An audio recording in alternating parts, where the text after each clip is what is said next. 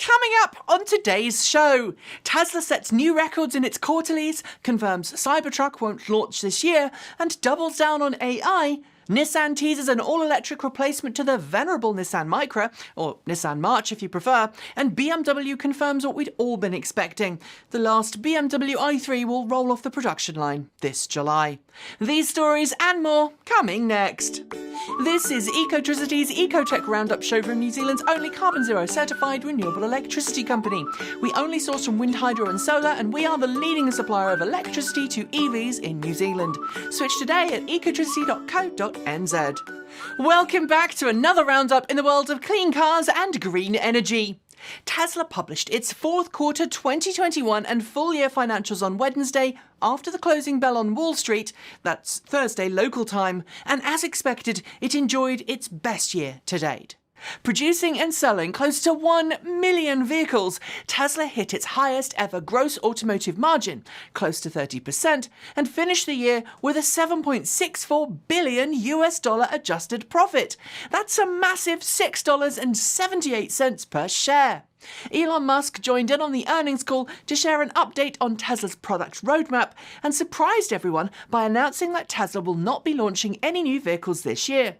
This means Tesla Cybertruck, Semi and Roadster won't enter production until next year.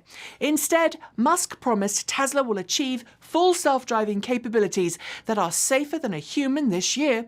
Self-driving being something that Jalopnik amusingly notes Tesla has been promising, quote, this year since 2014.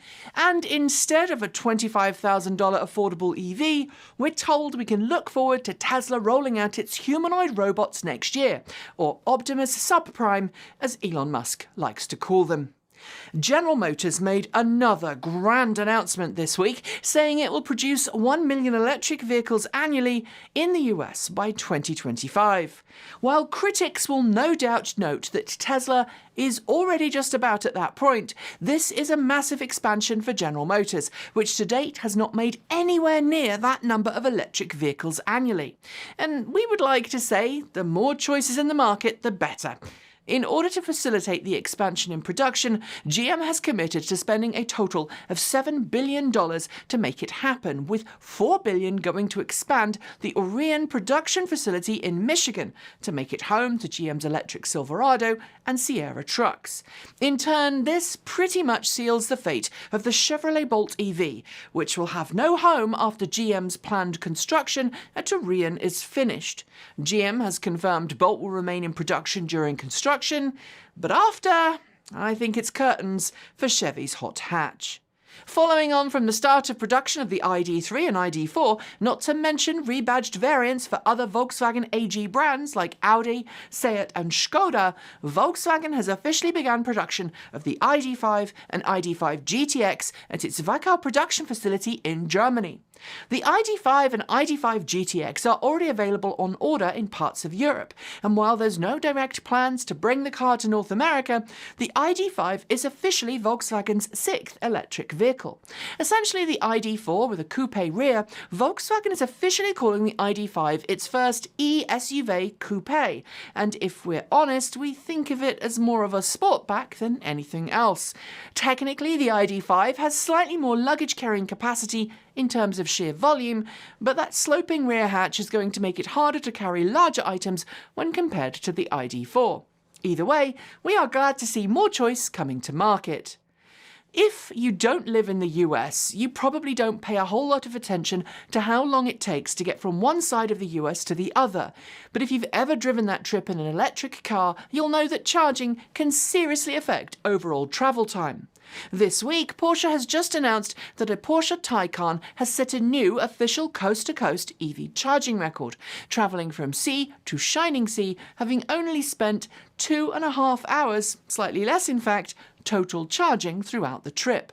The previous record, set not so long ago by a Kia EV6, sat at 7 hours, 10 minutes and 1 second of charging, and this new record absolutely obliterates it. The secret sauce in Porsche's run, only using 350 kilowatt capable charging stations, and I presume moving on as soon as the charge rate started to drop. It's a truly impressive feat, and I can't wait to see who challenges this record next. Big oil, the eternal enemy of cleaner, greener, safer and smarter vehicles, has been trying to paint itself in recent years as being more open to a world without fossil fuels. But this week we learned that ExxonMobil is trying to leverage an obscure Texas law to silence its critics, claiming that lawsuits filed against it for denying the effects of fossil fuels on the environment violate its First Amendment rights. It wants the Texas Supreme Court to allow it to effectively counter-sue officials working for 8 different cities and counties in California. It claims that the officials in question and their respective municipalities are infringing on its First Amendment rights by claiming that ExxonMobil broke state laws by misrepresenting and burying evidence pertaining to the effect burning fossil fuels have had on the environment. The municipalities are seeking damages for the effects caused by anthropogenic climate change, which fossil fuel companies had a part in causing. Texas Governor Abbott has told the Texas Supreme Court that he supports ExxonMobil and says California is trying to suppress the speech of Texas energy companies. I can't even. I just can't. Tom Moloughney from Inside EVs has completed the latest in a series of real-world range tests in which he drives an electric car at 70 miles per hour on freeways to see what their real-world range truly are. And in the most recent car he was driving, the 2022 Lucid Air Dream Edition, he set a new record for the same, managing to travel 500 miles, 804 kilometers at freeway speeds before running out of charge. Given that the previous range champ, a Tesla Model 3, managed 310 miles, just shy of 500 kilometers, I think the new record is a new record that will stick around for a while. As I'm sure you know, EPA and other similar ratings are calculated inside a laboratory, as it's difficult to replicate identical weather and road conditions for every range test. But I've got to say, we're all real fans of Inside EV's real-world range tests, and we'd like to see more automakers take real-world conditions into account when quoting how far the cars can travel per charge. What do you say?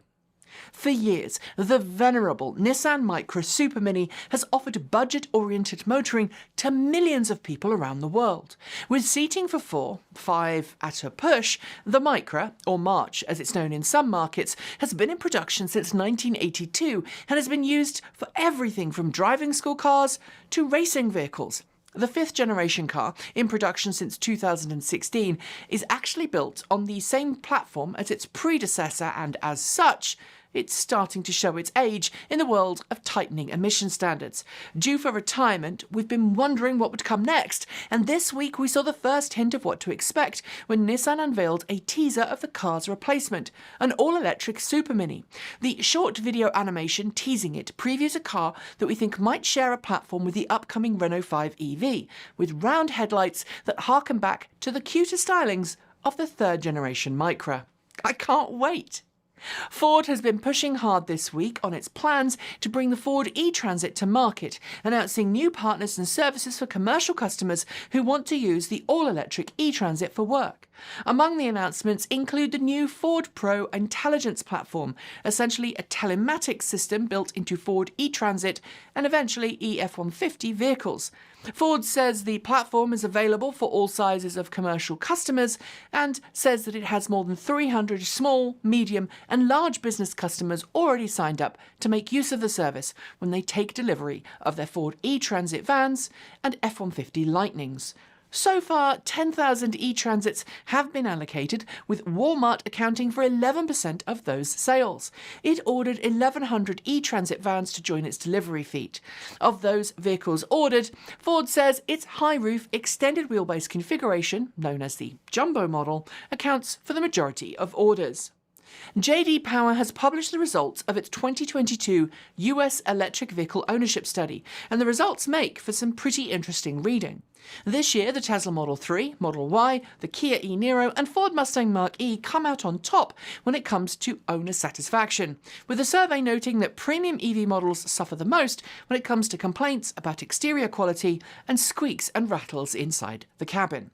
It's exactly the same areas of concern pointed out in a recent Consumer Reports analysis and suggests that some automakers do have a way to go with their EVs. Interestingly, though, the survey also shows that when someone has gone electric, they're unlikely to go back to internal combustion, although it also finds that brand loyalty between automakers is less strong than it is for gas cars. Essentially, EV owners go for a car that suits their needs first and foremost. Brand loyalty be damned. If you've been in the EV world for any length of time, I'm sure you're familiar with the horror stories that are occasionally run by newspapers, TV and radio. They usually revolve around range anxiety, the carbon footprint of electricity, or some other FUD. Well, this week, a bunch of EV fans in the UK reached out after a production company was caught red-handed trying to dig into the negative side of EV ownership. One friend of the channel was contacted by a researcher from Bright Spark Films who says they're working on a Channel 5 documentary in the UK that wants to, quote, answer the questions people who are considering changing to an EV might have, end quote. The note states that the team were keen to talk to EV owners about their thoughts on charging infrastructure, but were particularly keen to speak to people who, quote, ran out of charge whilst out due to a lack of working chargers, end quote. While working infrastructure is still an issue around the world, it's nowhere near as bad as it once was, and this highlights that perhaps some shaping of the narrative is still going on. Last year, electric car startup Aptera eagerly showcased the development work that it's been carrying out on the design of its solar electric vehicle, and I was one of the lucky few to ride along in one of those early alpha prototypes. Now, as promised by the company, attention has been switched to engineering, with Aptera sending a bunch of beta prototypes out onto the track to hone the three-wheeler's drivetrain, battery pack and handling. While the beta prototypes, some without doors or trim, aren't as pretty as the 3 alpha prototypes we saw last year, they exist to help get final engineering completed ahead of what Aptera says is the start of series production this year. As someone with an Aptera reservation, I would love to see that happen before the end of the year, but it still seems like a really long way off. I really hope I'm proven wrong.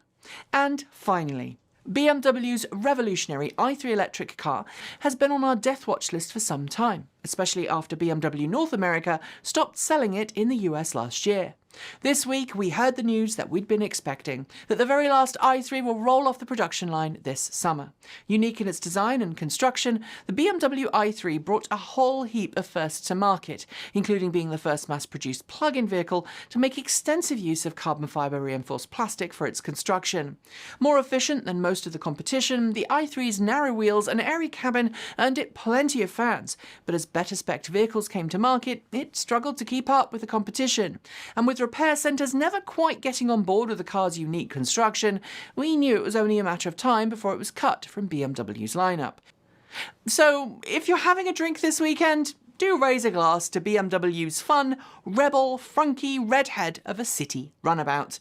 And on that note, we are done for the day. Make sure you hit the notification bell so you don't miss out on our next episode, and if you haven't already switched, please consider switching to New Zealand's only carbon zero certified renewable electricity company. It's super easy to make the switch, and you'll be helping New Zealand wean itself off dirty energy and onto clean, green power that will keep the land beautiful for generations to come, if you do. I'll be back next week with more awesome content, but until then, enjoy the rest of your day. I'm Nikki Gordon-Bloomfield. Ka kite! See you next time.